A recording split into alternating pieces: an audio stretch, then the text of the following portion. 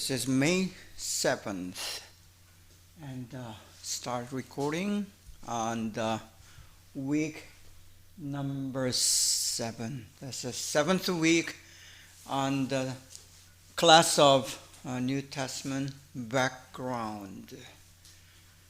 And we are studying what is the background of New Testament and how it will help us to better understand the message of New Testament as we look into this vast background information regarding the documents and the narratives in the New Testament. Okay. And we've been looking at the categories regarding these background domains, which are quite a few. And one of the most important background regarding the New Testament would be both the cultural, social, and historical, plus geographical. And we started looking at the cultural categories, and this is where we stopped last week, and we'll continue to look into these categories as we search for the understanding of the New Testament background information. Okay. So here we are. In cultural categories, let's go do a little review or overview on the before we go into the categories.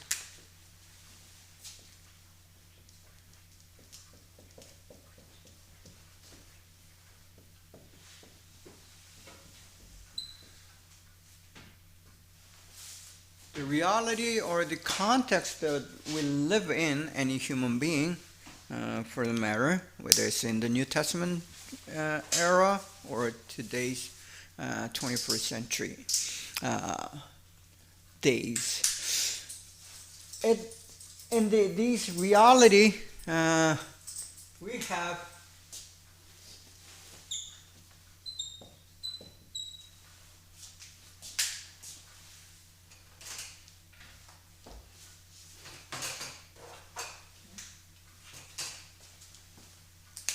we have people, which is a major component of our reality.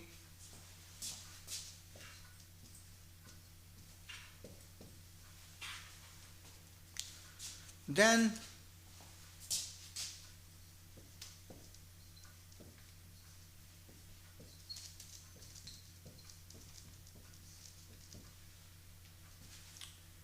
culture and society would be another couple elements or the domains of reality.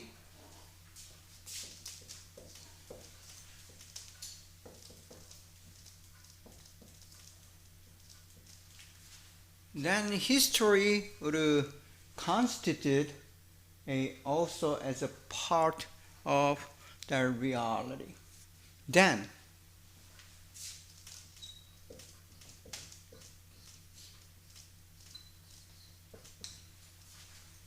either you can say ecology or environment or nature to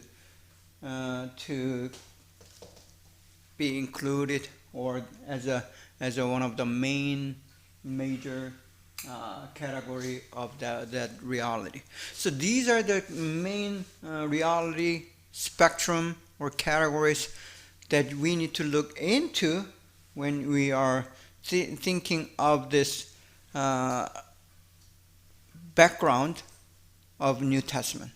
And so the culture would be the one of them, and we are looking into that culture. And in culture, within the culture,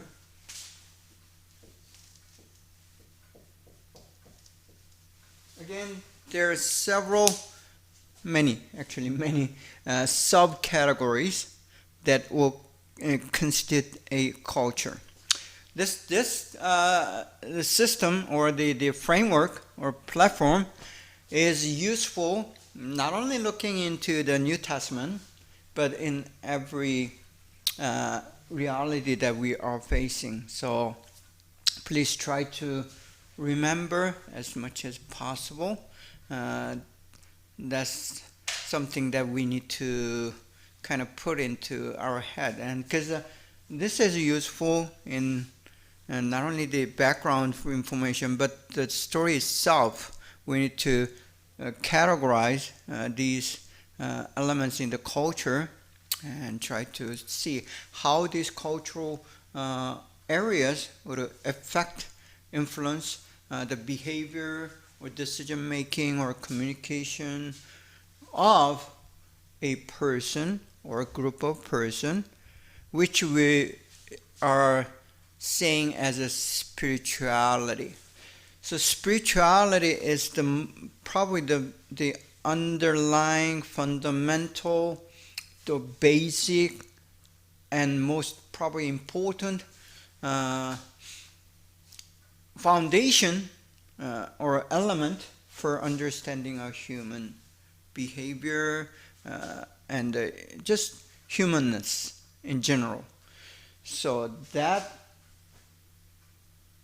being said, so religious aspect or religion, which is a systematic or institutionalized system of our religious domain or aspect. And mainly in the New Testament, what we find out about religious are basically two categories. One that is called Judaism, or the belief system of Jewish people, which is traditional and have been there like 1,000 years. It has a long history of this religious formation, believing in one Yahweh God, one single Yahweh God. And that, belief in the Old Testament belief by Jewish and then other ethnic groups stemming out of Noah or Abraham is, as we know, as an Islam faith. So both Islam, Judaism, Christianity, the Catholics, all these different religious beliefs, they are believing in one God, and this one God faith or belief is out of this Abrahamic tradition or Abrahamic religion or faith. So we like to go back to the Abraham to understand their Jewish religious aspect, plus those non-Jews but believing in same Yahweh God, Samaritans, and then some other the tribes nearby Jews. There are those who are believing in one Yahweh God, even though they are shaping differently throughout the history. So the concept and the practice of Yahweh faith has been basically two trends, one by Jewish and one by non-Jews. So that's how the religious background is formed. And plus, when we talk about this religious belief in the New Testament especially, beyond the Old Testament, then there are the aspects of this pagan belief.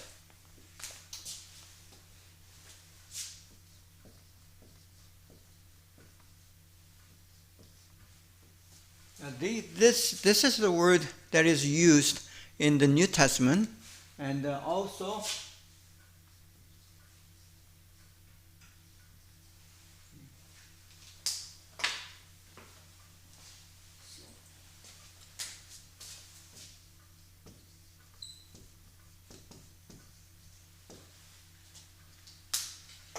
so-called Gentiles, the belief of Gentiles, or in some of the New Testament, they use the word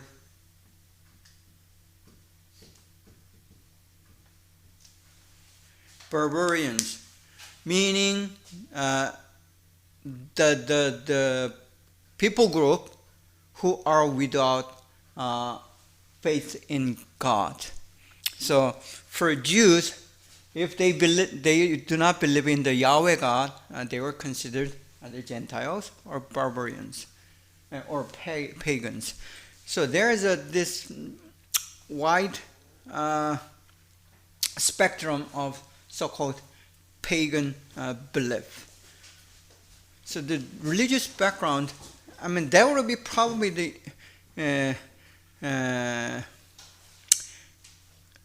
enough information for us who are the basic learners of New Testament. But if you want to go further, then you can go into all these different resources that are recording, teaching the other pagan religions. There are plenty of information that you can find. Then the political situation is something that we're going to elaborate a little bit further as we look into the history. So history and the political context or political domain of this cultural category is important in understanding some of the incidents that are happening in the New Testament, especially the story of gospel. For example, they mention about the King Herod, okay, and in the birth story of Jesus. And you'd like to know who the King Herod is. He's the guy who beheaded John the Baptist. So,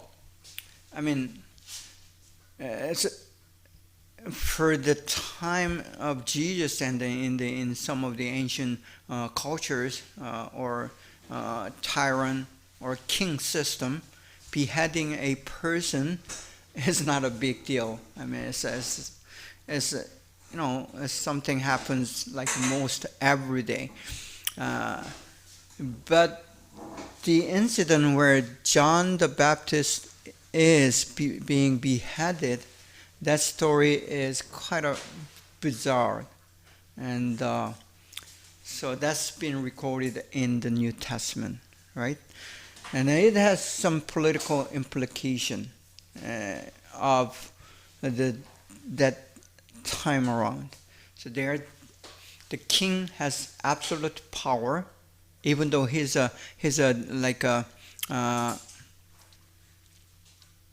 not real king, but king who is being placed by the Caesar of Rome, but still he has the power to be able to run his country and has power to behead a prophet. So that's one of the political implication or the information regarding the story in the New Testament. And also we have a story of Pilate, who is the governor of the Jerusalem and Israel. And we like to have some information regarding who he is and so on.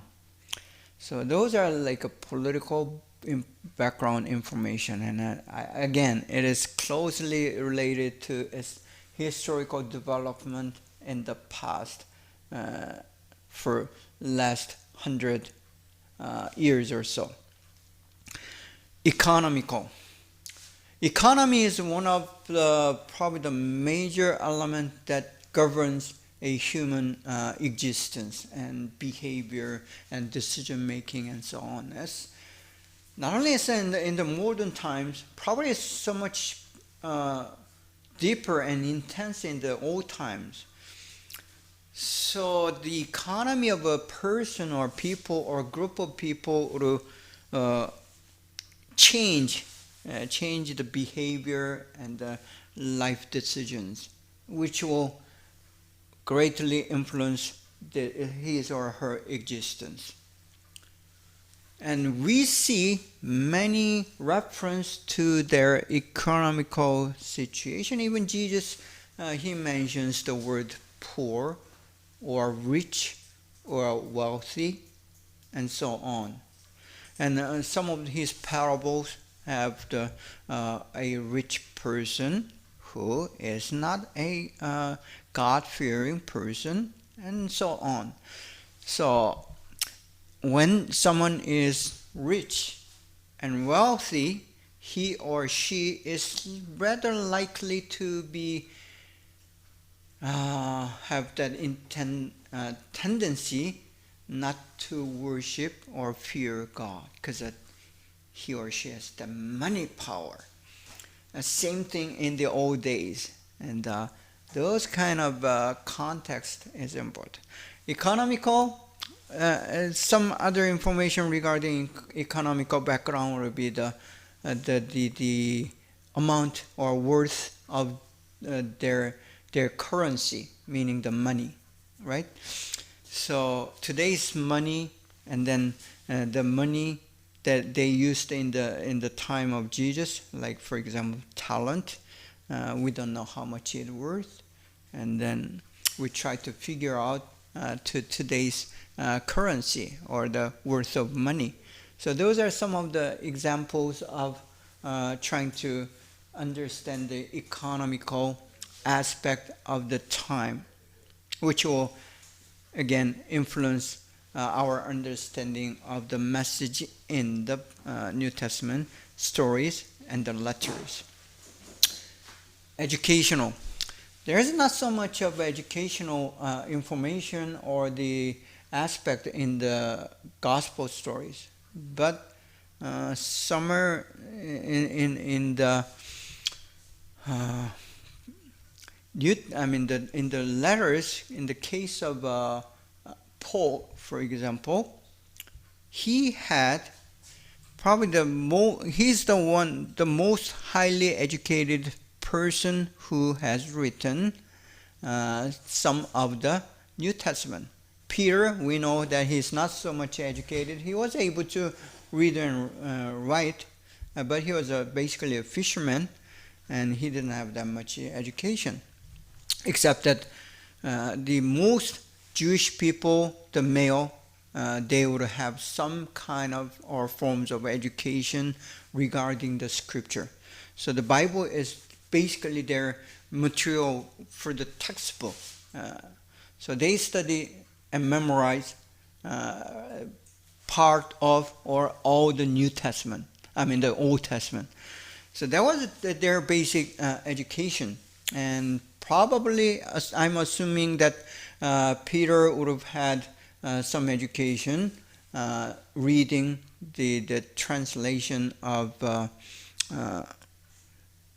the Old Testament or the original Hebrew, Aramaic Old Testament. So that's our educated guess. But regarding the Paul, he was like us going to the graduate school or a PhD. And today's equivalent, Paul had education in doctoral, PhD level. So highest level of education at the time. So those are some of the information regarding the educational background of New Testament characters or the schools. Again,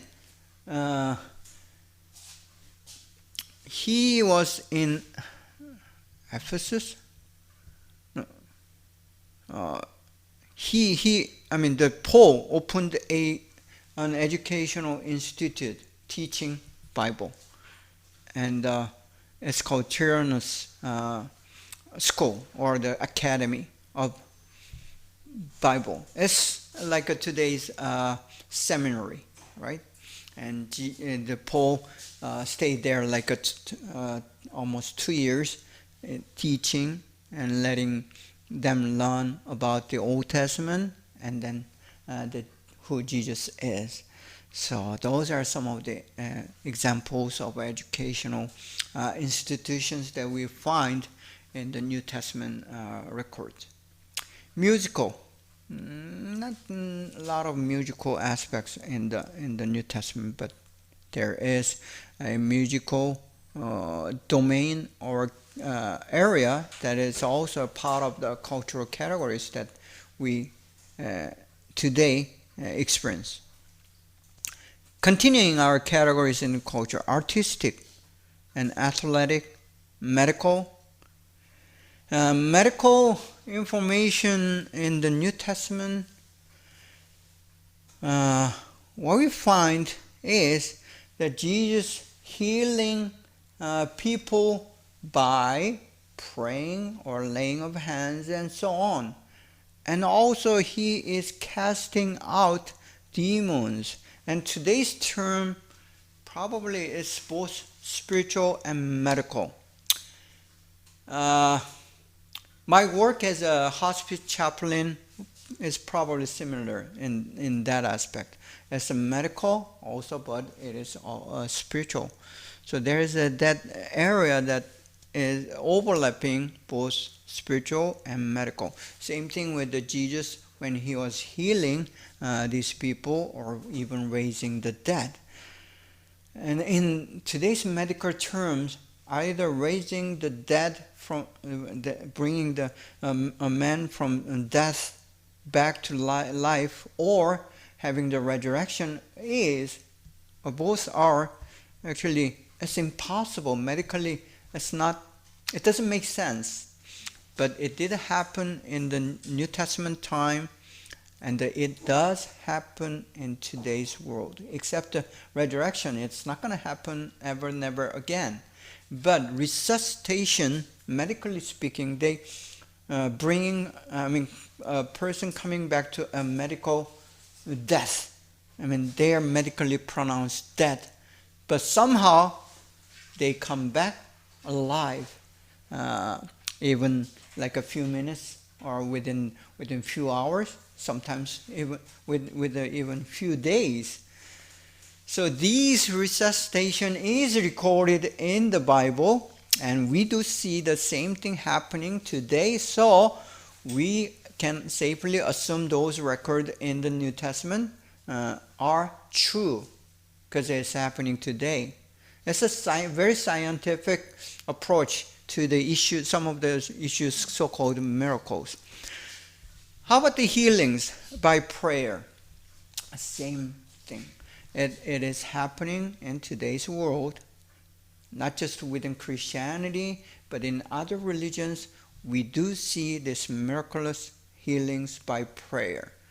So it is a fact today, and if it happens today, we can safely assume that same thing would have happened in the past. So that's some of the ways how we approach some of the background information that we read in the New Testament. We validate those claims.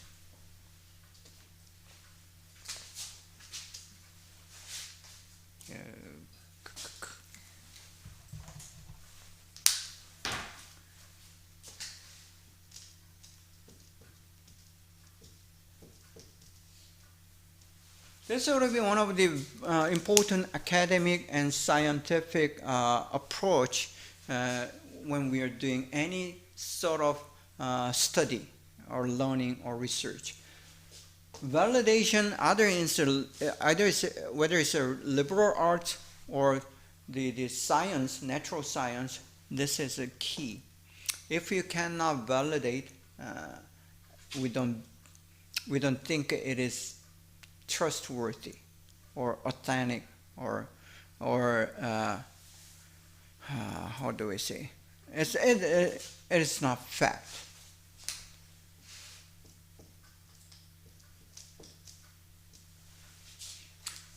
Facts are important, key element in doing any study or research. So if we are in college level, even high school is the same thing. we should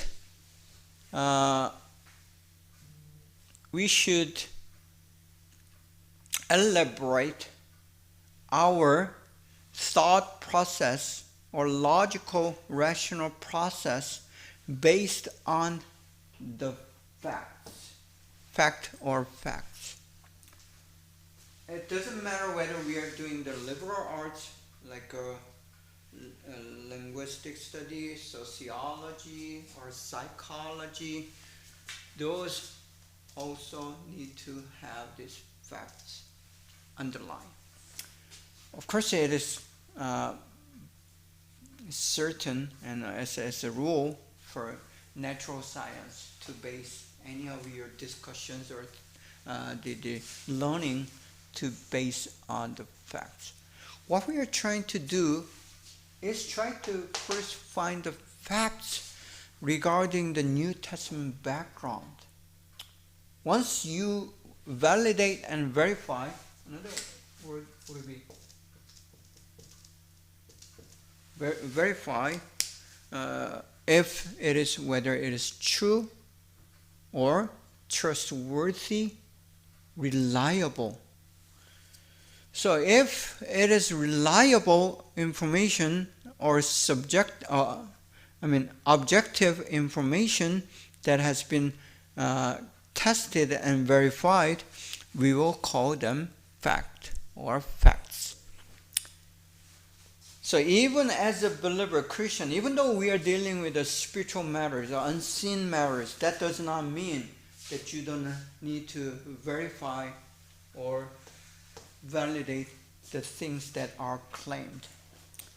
One of the major mistakes us Christians make today are that we don't try to verify or validate what is being said or taught or claimed and so on. That's why these what we call the heresies are not, they are becoming popular, and the major reason is many of the people think the belief should not be based on the facts because it's a spiritual. That is never the case. What Jesus did, look at Jesus.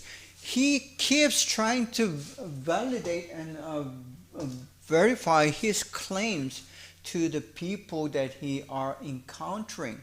That's why he is performing miracles, and that's why he is teaching these parables and trying to rationalize who God is, why he is the Son of God, and why he is the Messiah. He's trying to give the facts to the people who are listening to him, who are encountering him, and especially to his own disciples, 12 of them. We know, Jesus being the most perfect teacher, and he himself being the Messiah, God himself, he has still failed. The word failed is not in the sense of he's not important, but he is able. But look at Iscariot Judas. Out of 12, one person is not. He is not confirmed or affirmed, or he is not agreeing that Jesus is the Messiah. He doesn't think he's the Messiah, and he sells Jesus to this Jewish authority, right? And going back, again to the story of Jesus in the New Testament, or any belief that we believe, whether it's a Christianity, whether it's Islamic faith or Buddhism, what we can do to ourselves is to try to validate and verify what's in the scripture, what's in the text. Many us believers are pretty lazy to do that. So we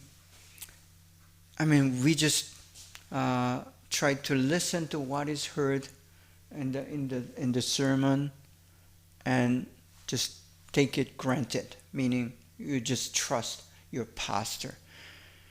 That's not how it works. Because it's about you and your faith and your belief and your destiny and your spirituality. You should be responsible for your own decisions, and you need to work to be a better Christian or a mature Christian. Many Christians just, wants to be served even in learning.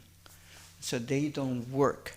The reason that we come here today and being in this class is to learn. And why do we need to learn? Because we want to become a better person. And not better in the scale of comparing you to the others, but just forget about other people. The reason that I'm saying this is us in Asian culture, especially in those Far Eastern cultures, we constantly are challenged to compete with other students. That's how we've been motivated.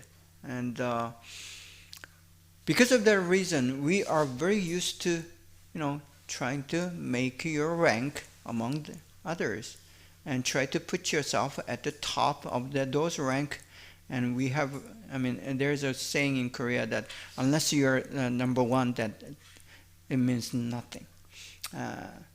So there's a certain trend and culture still prevailing in Korea. I don't know about other countries, but I'm sure about this. And as it happens within the church, you try to be the top. And they think the top usually is the pastor. That's never the case. Bible doesn't teach that. Anyway, so that competition is not what we are looking for. You want to be a better person compared to yourself, your own. You're going to be your own standard.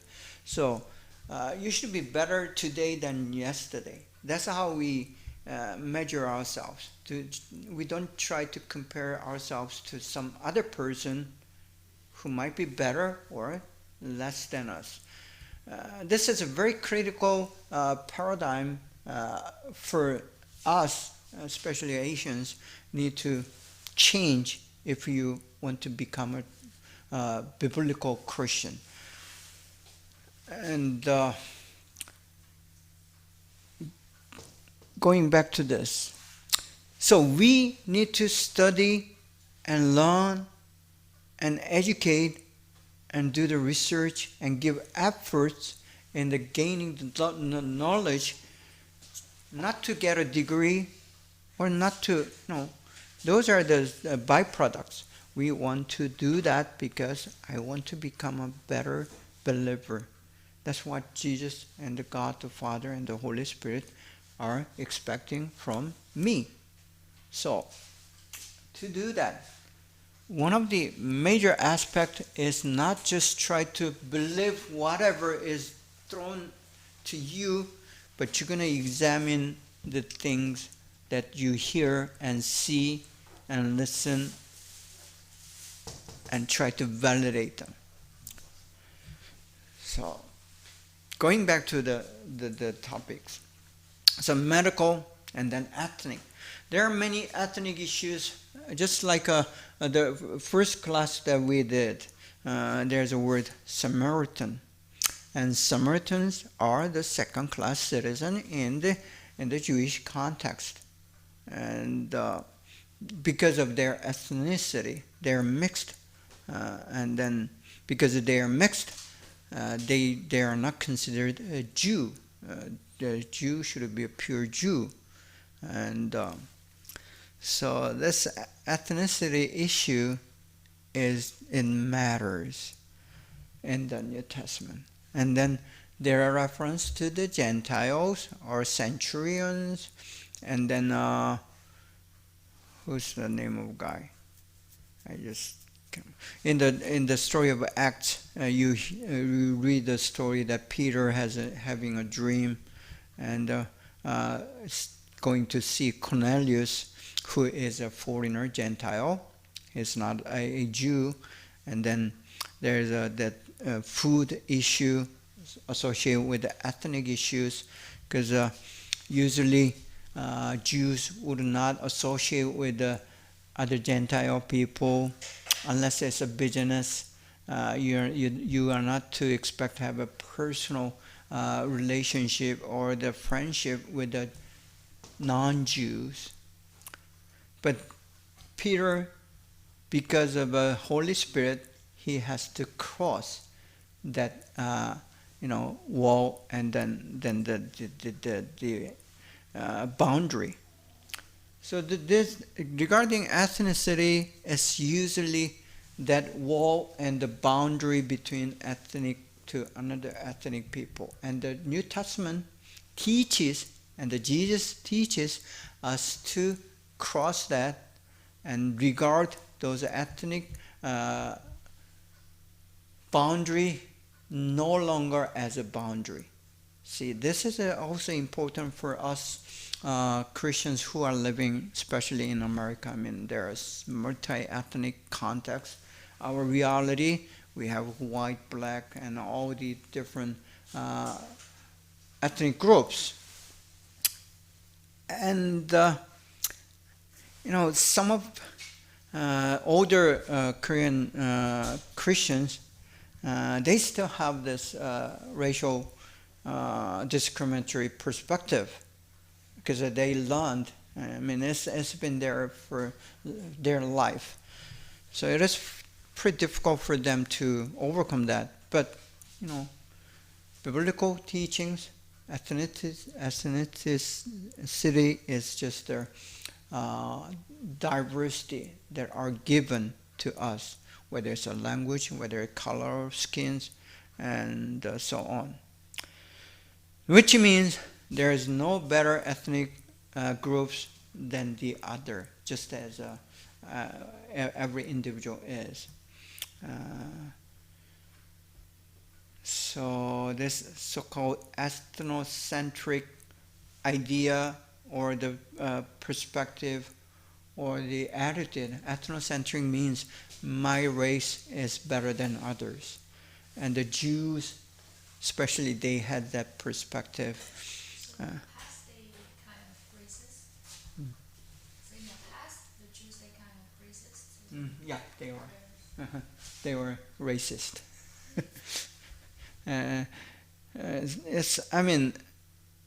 It was right for them at the time to be racist. Yeah, it's a culture, and that's what they learned, and they thought it's godly to be racist. But we know in the New Testament it is no longer a valid perspective or framework. But sadly enough, in the early history of Western culture, and especially in America, they even taught their younger Sunday school kids the whites are better, and then blacks are the ones who are to be subject to the curse, based on the story of Noah and their sons, right? So there is some doctrinal, even theological, support for their racism, and we know that's no longer valid. That's a wrong kind of interpretation. So again, military. Yep.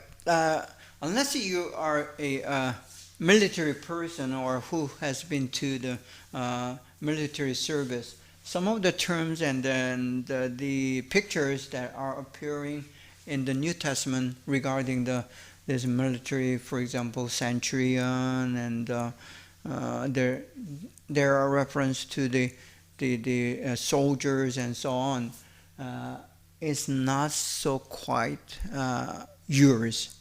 So when we see those terms or the descriptions in the New Testament, we want to go back and try to some research and how the military system and the culture was at the time of Jesus, because it's different from what we know today. Even though you are a member of a U.S. Army, for example, still you're being an army in a U.S. Military system will be much different than what the centurion and the Roman, the soldiers, military system was at the time. So those are some of the categories that we need to have some reference to. Okay, now the other cultural elements. These are so-called micro cultural elements, but even though it's a micro in academic aspect, those are the real things that's happening, and those are important things to the most common people. Because the story of gospel is not only the story of Jesus, but it is the story of the common people at the time. That's what the gospels are. And also, if you read the Acts of Apostles, it's still same. It's not the story of those royal people or the king or within the palace of the king. That's not how it is written. In that aspect, the gospel stories are pretty different from the normal and typical writings of the time. For example, and when we study history in Korea, the main historical material that we study has to do with the kings. It's the same thing in the Old Testament. You have the two different books, Chronicles and the First and Second Kings, First and Second Chronicles. All has to do with the kings. That's the story of the royal family. Same thing in the. We read in the Old Testament. So it is same for probably most of us countries. When we study history, it's a story about the kings and the wars between the nations and so on. But the gospel is writing about the story and history and narratives of common people. Because it's a story of a common people, there are these materials that has to do with being a common people's life. So it's a day-to-day or a daily life elements that we need to also understand. Because the life that we experience, having the television and all other medias and digital technology, it's much different than what they had in the time of Jesus. Fortunately,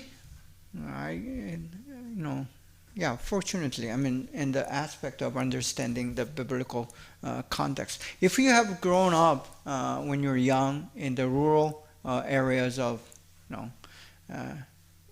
Korea, Vietnam, China, if you have grown up in rural areas which are very underdeveloped, it's pretty similar. So if you have that experience, probably you understand better how these common people at the time of Jesus lived, because they were poor. 98%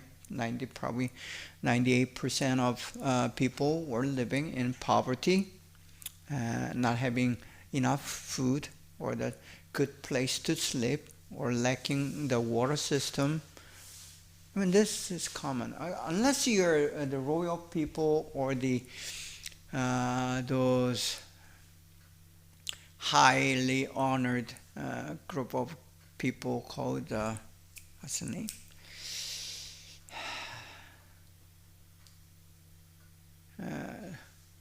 Let me think of it.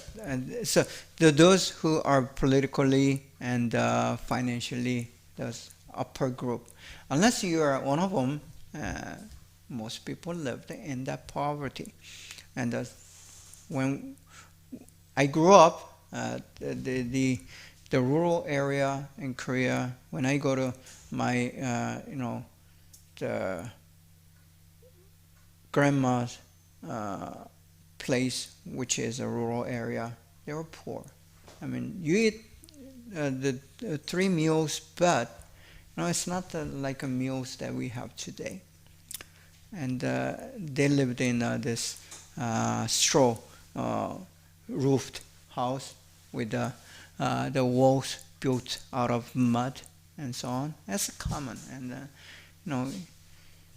so I know how that is, and I can associate with the story in the gospel pretty much, because I know how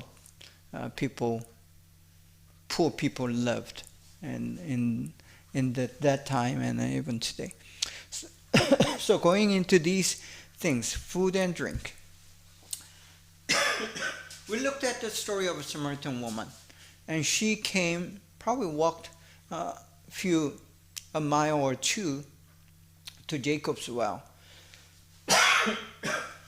Because the well and the oasis at the time of, even today, they don't want it to be contaminated or get dirty by people.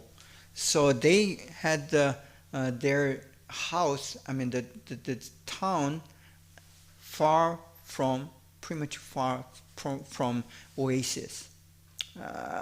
It's not like us in Asian countries. We do settle down near the river or the water source. That's how we do. But in the Middle East, it's somewhat different, because when people come and they have to do pee and dung, and then that can contaminate their water source, which is the most critical element in their survival. So because of the climate and the weather, their way of placing the drinking source is different from what we know in our cultures. So she had to walk probably a mile or two to come to this well, and knowing that fact, then you probably have better understanding of the story. Also, we know that most women come to the well twice a day, usually twice a day, in the early morning before the sun comes up, and then right after dawn, when the sun begins to go down. That's where they come to the well and have a lot of chatting and so on.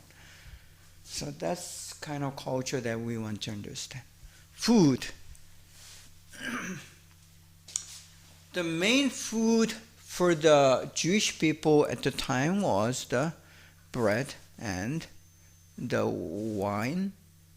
That's a basic, and the milk from the sheep. So that's how they survived, and we want to know that as well.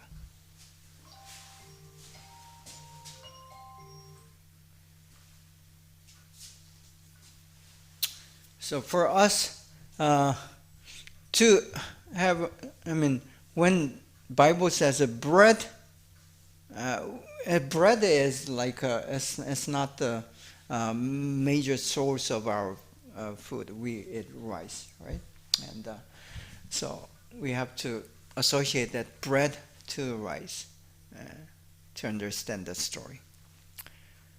So and there are some of the menus or the kind of food that we are not familiar with, and for that we need to go into the information and resources and try to get the information to understand that better.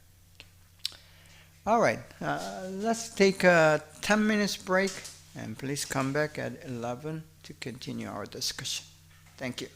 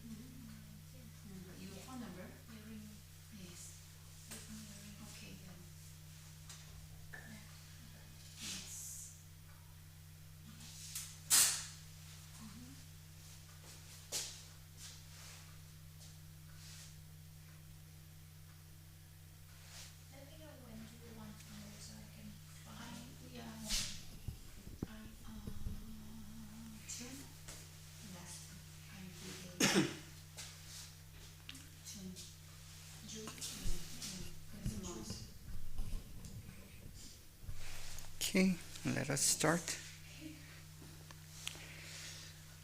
Okay, we'll continue our discussion.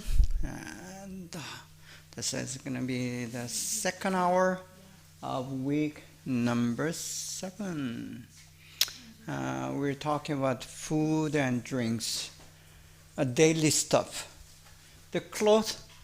One of the information regarding the clothes, for example, the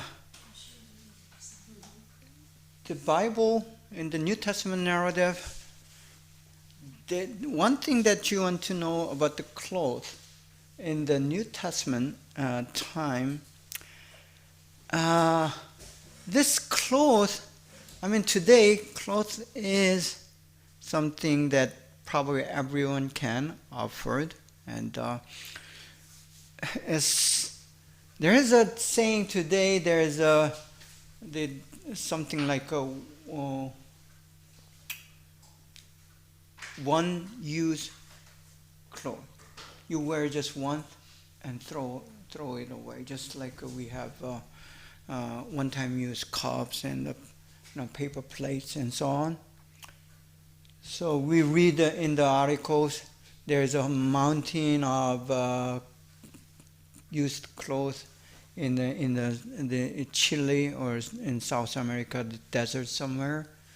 Same thing in Africa, because people sending these clothes to these countries, and they cannot even use them all. So cloth is commodity or a thing that is cheap today. But in the time of Jesus, cloth is like today's car. So you have one piece of cloth, you're going to wear it until it is no washing. No washing in the, think of the time of Jesus in the area, pretty much the same as a desert in Mojave here in California. It stinks. And that smell is natural for them. Yeah, it's something natural. Unless you are like a high officials, like a priest and these Pharisees and royal people. Even them, they didn't take bath like once a year.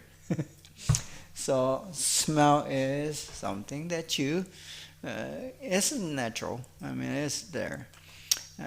It's to have like a shower every day is a pretty much modern thing, and it's only exclusive to the Western people usually, and some developed countries. And still, majority of population today, at least 70-80% of them, don't have shower or running water. So we are living in a pretty much privileged context or reality. So for those who are living in the rest of 80% of population today can easily associate themselves with the story in Jesus. But the cloth is different thing. When I was in Africa, the cloth is a rare thing. I go to church, the African church, every week with the missionaries and missionary kids. And I was really surprised at the first experience of our African church. There's no chairs. They sit on the floor. It's a hut, not a building. It has a straw roof and just stick from the trees. It's not been, made as lumber. It's not that big. It's pretty cool. It doesn't have any windows. So it's like a hut. And better churches that I've been to, it holds about 200 to 400 people. So it's big. But that building has a tin roof, which is pretty hot. So when you're trying to build those kind of churches, they build it among the mango trees. because the mango trees has a big shade, and it provides cooler atmosphere. So that church that we used to go has that tin roof among the many mango trees, so it's not that bad. But the chair seat is made out of concrete, so it's just concrete seat, long. And another thing is the kids that are coming to worship there, they don't have any proper clothes. It's like your underwear. They're wearing just little tiny underwear, and they come to worship. Of course, they don't have any shoes wear, and then, like I said, they smell. So that's kind of condition that I witnessed, and it's probably the same or the worse in the time of Jesus. The cloth is a very expensive thing, and you wear it until it becomes a rag, and also there is something called outer coat and then inner coat. Outer coat is how do I say? Something that more expensive than the inner coat. So to give out an outer coat to someone, it means giving out one of your best car to someone. So that's kind of an equivalent idea. Housings, their housings are different from ours. It doesn't have this kind of roof, but it's flat roof. We're whitewashed. It has just white colors or sandy colors, and it doesn't have a big windows, because we think the windows will provide a cooler situation, but that's not the case. And those areas have a small windows, and then they're inside, even the daytime is dark in the room and so on. And the reason that I say housing is because there's a story of Jesus teaching in a house, and then they brought a man paralyzed and bring him down from the roof, and they had to cut the roof to do that.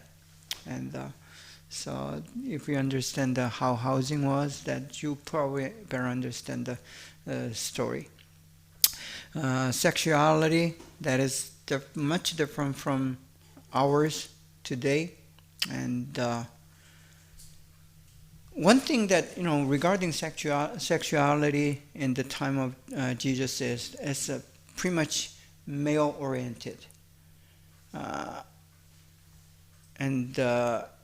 Because of that, when you read the story of that woman caught in the process of adultery, she was, worthy of being stoned, right? That's kind of ethics and regards the perspective of sexuality at the time of Jesus. Hygienes, that's much different than ours. One hygienes that we want to understand in regarding the New Testament story is they need to wash hands and feet when they enter someone else's house. So that's main custom, and we see that the same thing in the mosque today, the Islam faith. When they enter the mosque, they have to wash hands and the feet. Same tradition, same culture, still existing. Entertainment. Well, there wasn't so much entertainment except a story. So, storytelling is one of the most popular entertainment they had at the time. You don't have to be a professional storyteller, even though there are some professional storytellers at the time of Jesus.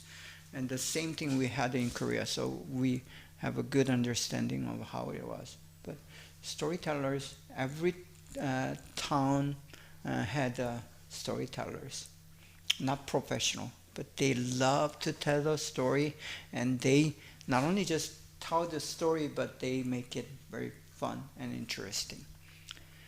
And that's how the gospel was spread at the time of Jesus, and storytellers.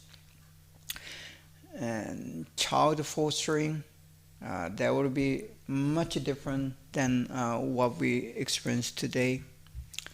And the child was, they were not considered as valuable or never respected. So it's a pretty new thing for us today to have a child to be respected or protected and so on.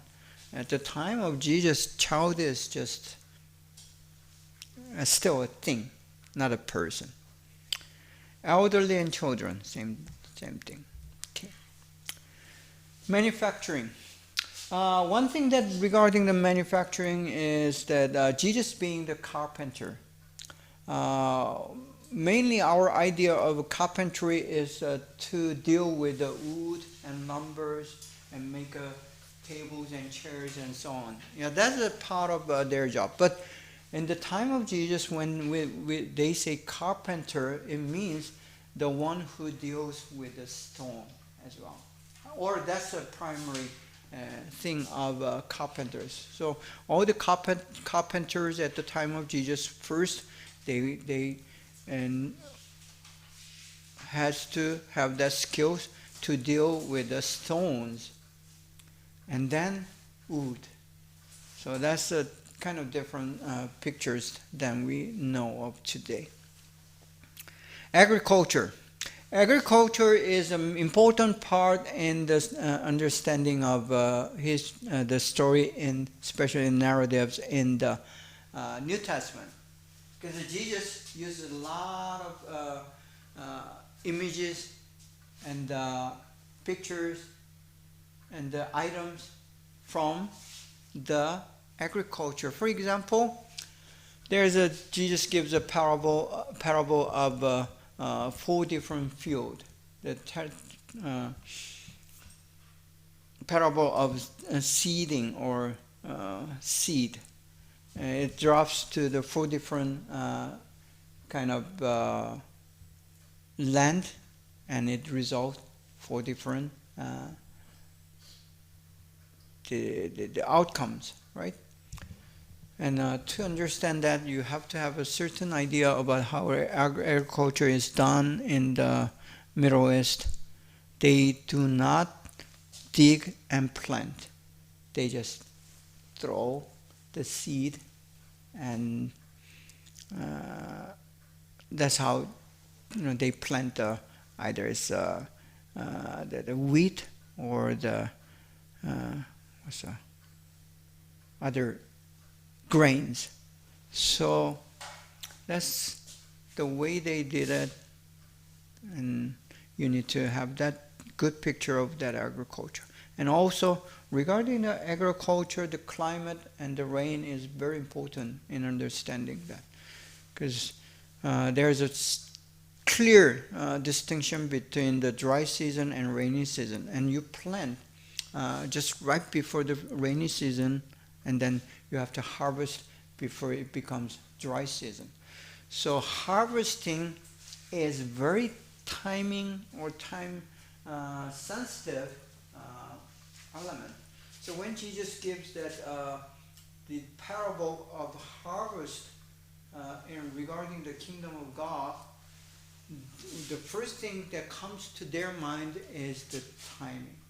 Okay, because the harvest has to happen and the exact time frame, and same thing with the kingdom. Kingdom comes on a certain condition and then exact timing, and as Jesus tells that story, they'll immediately associate that story with the appropriate timing.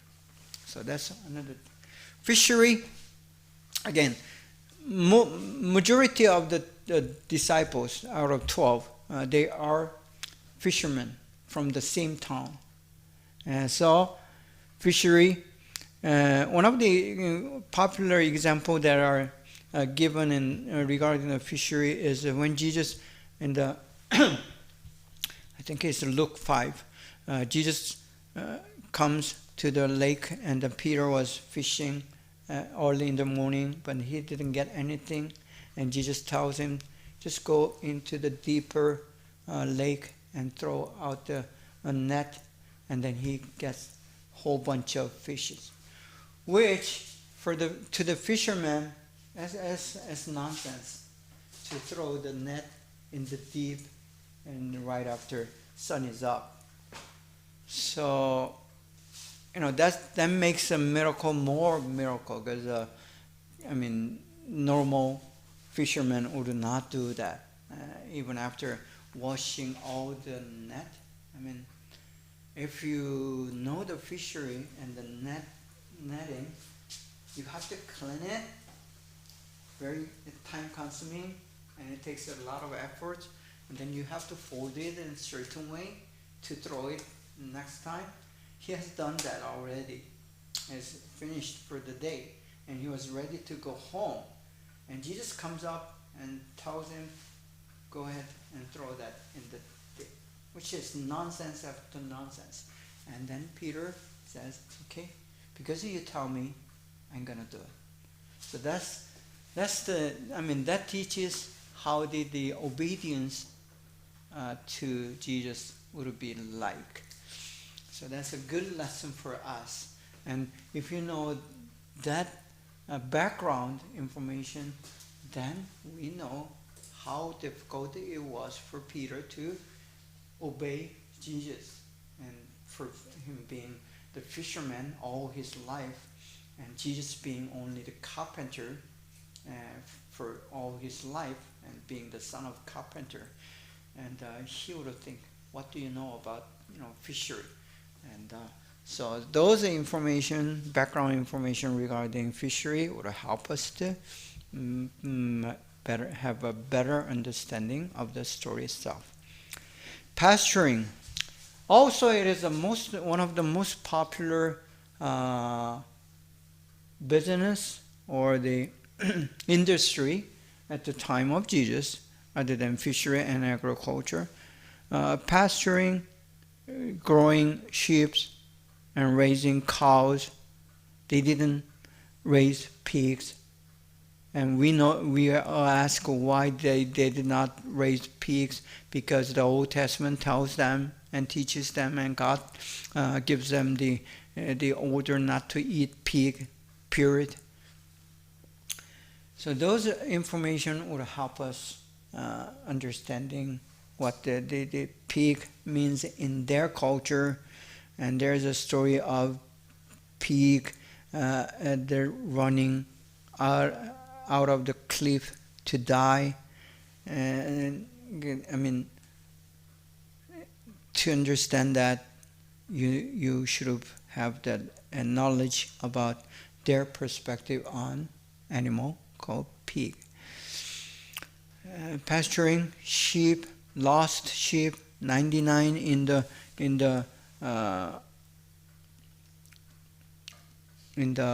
what's that called? The fence, within the fence, but one is lost, and the shepherd goes out to find them.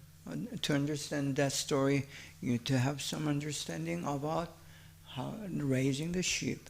And you want to know the difference between the lamb and sheep. And the sheep are the animals who does not attack, or they have no tendency to attack, and they are very group oriented kind of animal. If one goes astray, then every other sheep follows that leader. So those are some of the information that we want to know in understanding the story of Jesus telling the parables of lamb and sheep. And also associating with the lamb, you want to understand why they're using the lamb as an offering, and why they used a male lamb without blemish, and so on. So those are some of the information that we'd like to know, because it's not in the Bible, it's not in the New Testament. You have to go to Old Testament to find out these things regarding pasturing and offering and the lamb and so on. Okay, farming, the same thing as our agriculture. Business and trade. Another good example, one good example regarding the business and the background information would be the lady named Lydia in the Acts of Apostles.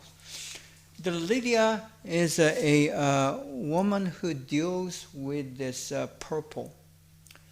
And when you say purple, it's actually two things in the ancient trade. It's the dye or the coloring of the clothes in purple. So you need to trade that purple dye, which is not produced in the land of the other lands, but it is, I think it is produced in Egypt or in Lebanon, and then that's the only place that produce that purple. And purple is the royal color at the time, so she is dealing with these high officials, and purple is expensive. So she not only buys the purple, but she dyes the white clothes into purple and sell them. So again, it's a big business, and business for the highly honorable people. So that's why purple becomes the color of royalty in that time. Mm-hmm. And so the purple, especially in the Roman Empire, they used the purple as the color of royal group. So there is pretty much big demand in purple, and I'm sure that she was rich. So those are some of the information regarding business or trade.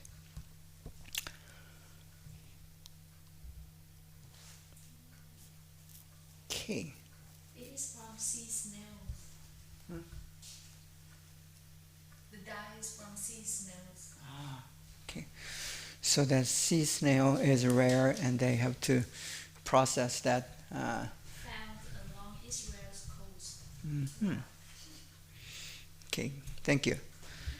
So that's how you find out the information. I mean, today it's easy. Just Google them, and Wikipedia will tell you most of the information. So in the Correct. past you have to go to the library, read a whole bunch of books. Not anymore. I used to do that. So Yeah, it's time consuming. I mean, it just try to find the one item. You have to go to a library and do the research and so on. But today, just under your fingertips. But that's how you collect lots of knowledge. Well, it was, and you just respect the worth of the knowledge at the time, because you take the time and effort. But today, the knowledge is cheap, and I mean, knowledge is a valuable thing, but to have that kind of attitude, it's cheap. I mean, you can find out whatever, whenever. But biblical knowledge is much worse than any other knowledge. So that's why we are here. It's wisdom. Mm-hmm. So, continuing, the beliefs and core values.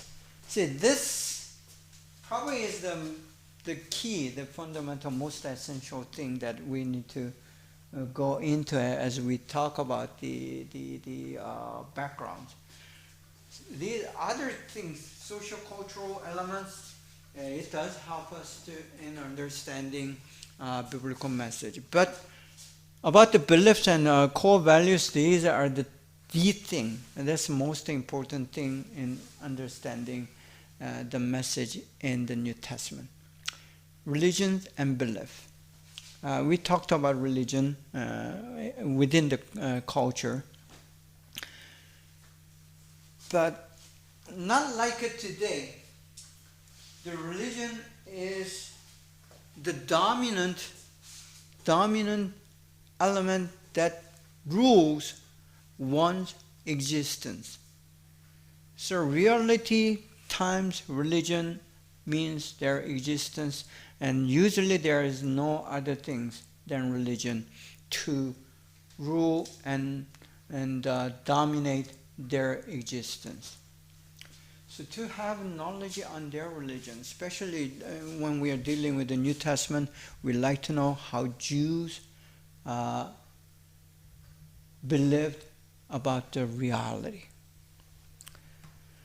And one thing the Jewish religion is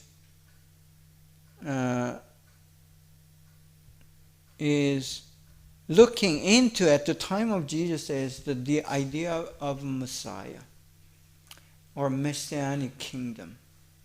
That was always behind in their mind. Because it has to do with the political international development at the time. They were under colonial rule by Romans. They were oppressed. Their stuffs were taken away. They have to pay 10% tax to the nation, to the religious, the authorities, and another 10% to the Roman Empire. So 20%. But it doesn't end up there. These tax collectors take another 10% for their own pocket. And they do give a bribe money to their higher officials. It's pretty much the same system still in some of the underdeveloped countries or some of these societies. You have to pay to do certain things, right? Mm-hmm. And it used to be the same in Korea until in 70s, 80s. It's still now in Vietnam. It is? Common. Common? Yeah. People naturally know that it has to be paid. Extra pay, other than the tax itself. I hear that it's pretty much the same way in China, because everywhere, if you're to do with government things, you have to pay extra. So that was how it was in the country. So 30% tax, and their life is very pretty much oppressed and depressed. And the belief still, the reason they were able to govern the way they did is because the religion becomes ideology. It's the political standard, and they say it is God who wants to do this, and you just obey. So that's how they manipulated their population. So the religious leaders in the Jewish the community, at the top people, other than king, they are the ones who are actually ruling the country. And so the religion becomes ideology, and it's a governing philosophy and the value of the people, and they exploit and manipulate the general population with the religion. That's why Jesus was so upset about these Pharisees and all the politicians. So, it's not just the ruling people, but what ruling people does that Jesus hated and was against. And some liberals or radical Christians, they just adopt this socialist idea that any ruling class is evil. That's not how Jesus viewed ruling people. It is the action and then corruption of these leaders that is Jesus was against. So there is a very clear distinction on that. And then idols. Idols at the time and modern time idols are different. But the idolatry or worship of idols, the main thing is there.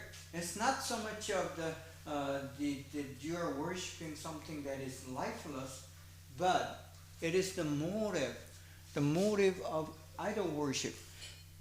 People, when we read the Bible, many Christians mistake that worshiping the object is the issue. That's not the issue.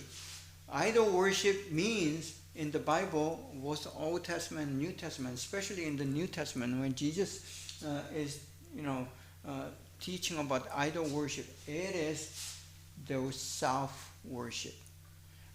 Every idol worship or idolatry is to gain your own benefits by borrowing the power of Satan and evil and these big trees or rocks or the wooden characters. So the idol worship and biblical definition is worshiping your own self or your own ego or your own greed. So that's our definition of idolatry, idol worship. That's how it is written in the New Testament. Totem, same thing. Then ethics. Ethics and morals are different. It's quite different than our today's morals and ethics. Our today's standard of ethics are not the same as their ethical standard or morality. So please do not make the mistake of judging the people at the time with our moral standard today. For example, in the Old Testament, you are not only allowed, but you have right to have several wives. That's a culture. At the time, no one said it is wrong to have several wives. So their ethical standard, you cannot be judged for having different wives or several wives.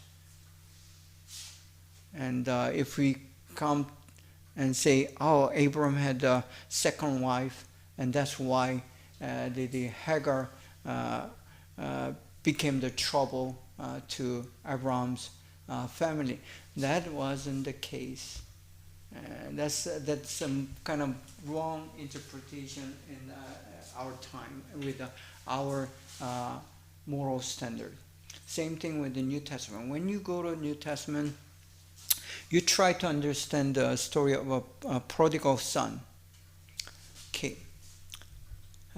He insists to have the inheritance from his father, which is very proper and legal.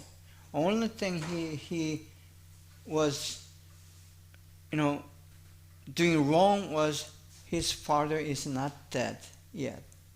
He has to die to inherit that inheritance and go spend whatever he wants to do it. So he is making that first mistake. Second, he goes out of the country and live in a Gentile community. That's a second sin. And third, he is spending that money with the street woman or the woman who sells for sex. So that's third thing that he committed. So those are the sins of the prodigal son. And some of the moral ethics still same ethics today. And some of the ethical standards are not the same for today. So we need to carefully make those distinctions of a moral standard today and the standard at the time, and try to, view the story in a more proper and exact way.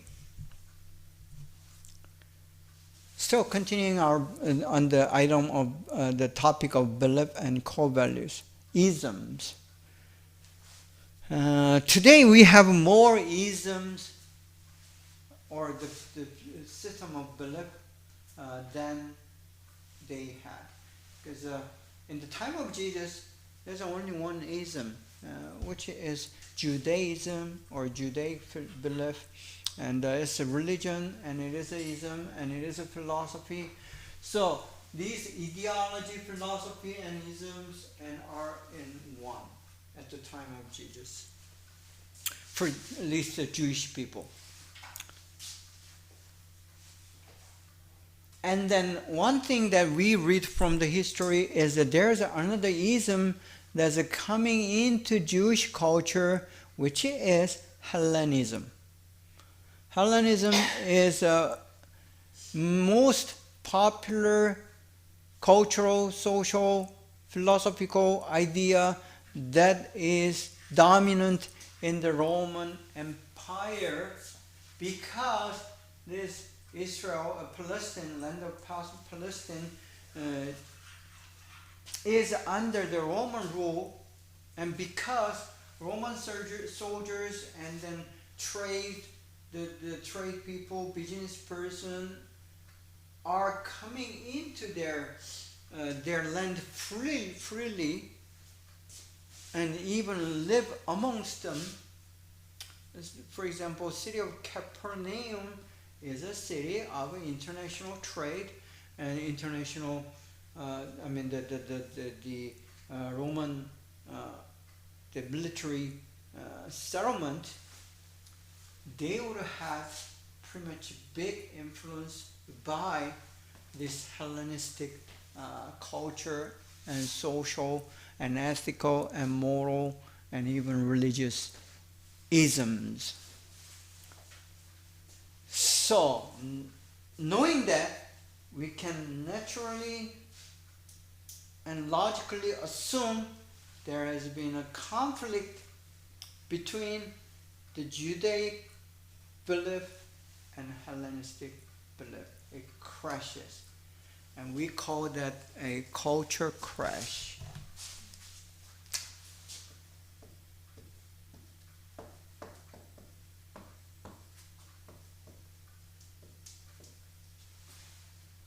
So when two cultures come together, there are some common things, and there are some things that you like about our other cultures, but some cultures that you have very negative reaction to it.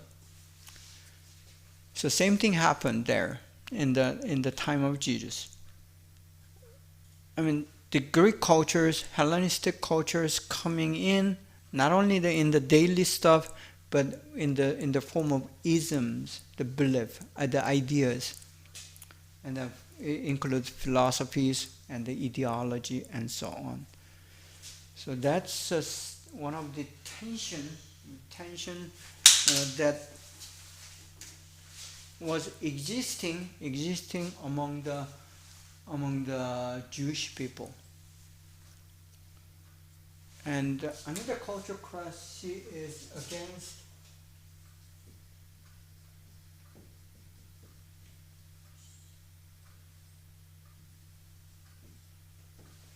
the Sumerians.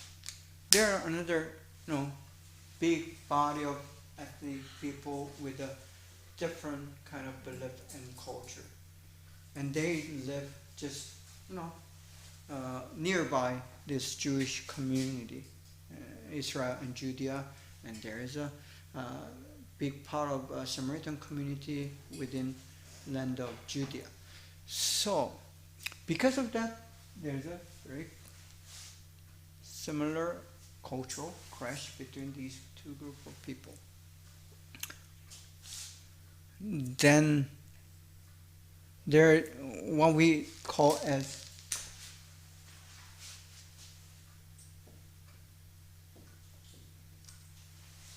today it's the Arabics, but at the time it's Moab and all these different people group that are not Jews. They didn't have an Islamic faith at the time, so it's not Islamic community, but it's today's Islamic community, and majority of the Arabs today are Islamic. But at the time of Jesus, there was a very large body of group of people who are not Jews, but who has a Jewish root or Abrahamic root, but do not believe in the Judaic tradition or religion. But they believed in the Yahweh or one God, which now is name is Allah. So there's that background, which also will cause them some tensions.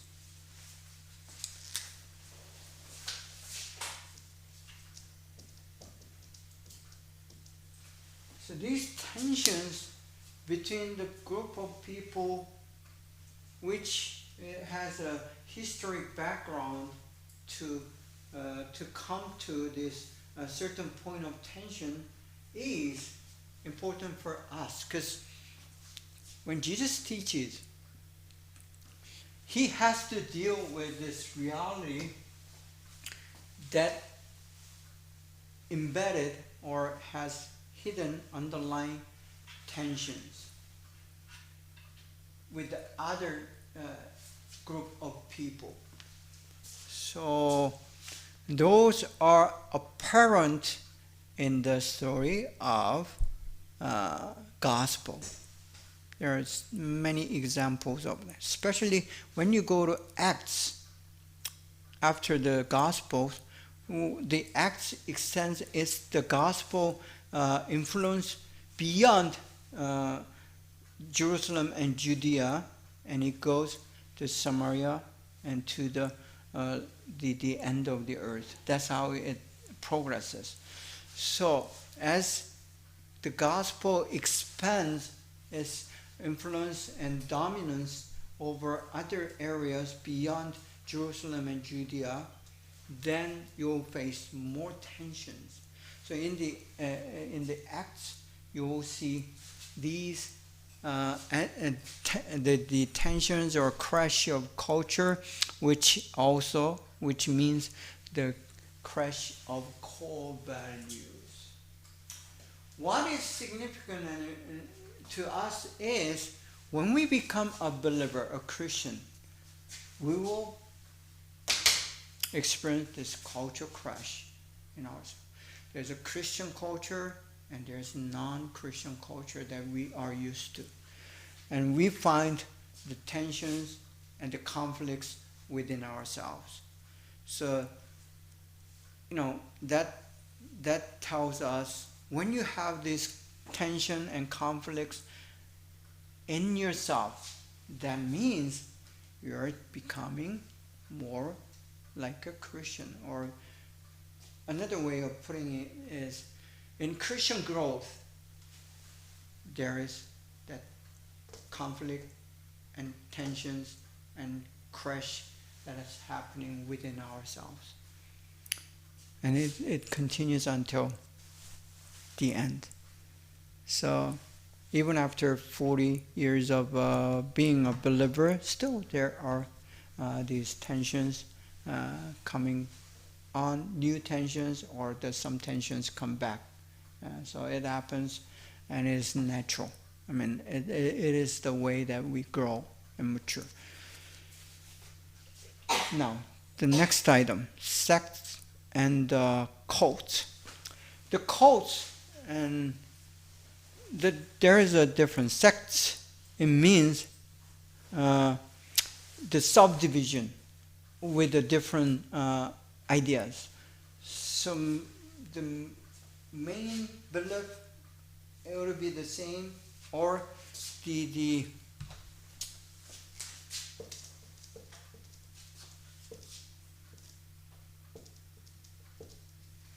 core belief. They share the core belief, but there are some other minor details or minor issues regarding the belief, and they be different. The example of sect that appears in the gospel are like Pharisees and Sadducees. They are the one of the portion, or in today's term, is a denomination of a Judaic belief. There's another one: Sadducees, Pharisees, and doesn't come. At least the three major denomination within the Judaic belief. Same as us today: Presbyterian, Baptist, and Methodist. These are some of the sects or the denominations. And the cults is having the difference in the core belief. So, for example, at the time of Jesus, these Sadducees, they did not believe in the resurrection of us. We are dead, and your body is going to be, it's not going to be resurrected. So that developed into Gnosticism. So Gnostics, after Jesus, they did not believe in the resurrection of the body. Only the spirit is going to be resurrected. So that's different core belief. For example, the